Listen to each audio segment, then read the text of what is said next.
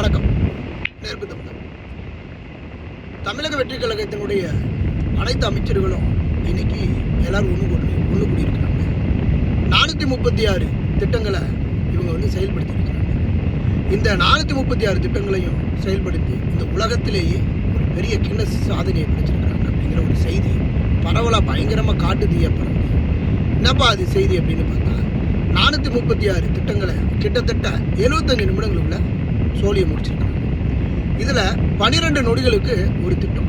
இந்த 12 நொடிகளில் ஒரு திட்டத்தை செயல்படுத்தும் போது அதில் வேற 6 நொடிகளுக்குள்ள குறுக்கம் இருக்க இதை எப்படி பண்ணிருங்க, அதை எப்படி பண்ணிருங்க, இதை எடுத்து அங்கே வச்சிருங்க, இந்த இட்லிக்கு இந்த சட்னியை ஊற்றிருங்க, இந்த சட்னிக்கு அந்த சாம்பாரை ஊற்றிருங்க அப்படின்னு பேசியிருக்காங்க. இது உலகத்திலேயே ஒரு 436 திட்டங்களை 75 நிமிஷத்துக்குள்ள மொத்த அமைச்சர்களும் சேர்ந்து முடிச்சு விட்டது. இதுதான் உலகத்தினுடைய தலை சிறந்த ஒரு கின்னஸ் சாதனையில் இடம்பெற்று 2026 அவங்களுக்கு கின்னஸ் விருது கிடைக்க போகுது. அதாவது இங்கே ஆஸ்கார் விருதுகளையும் கொடுப்பதற்கு தயாராக இருக்கிறார்.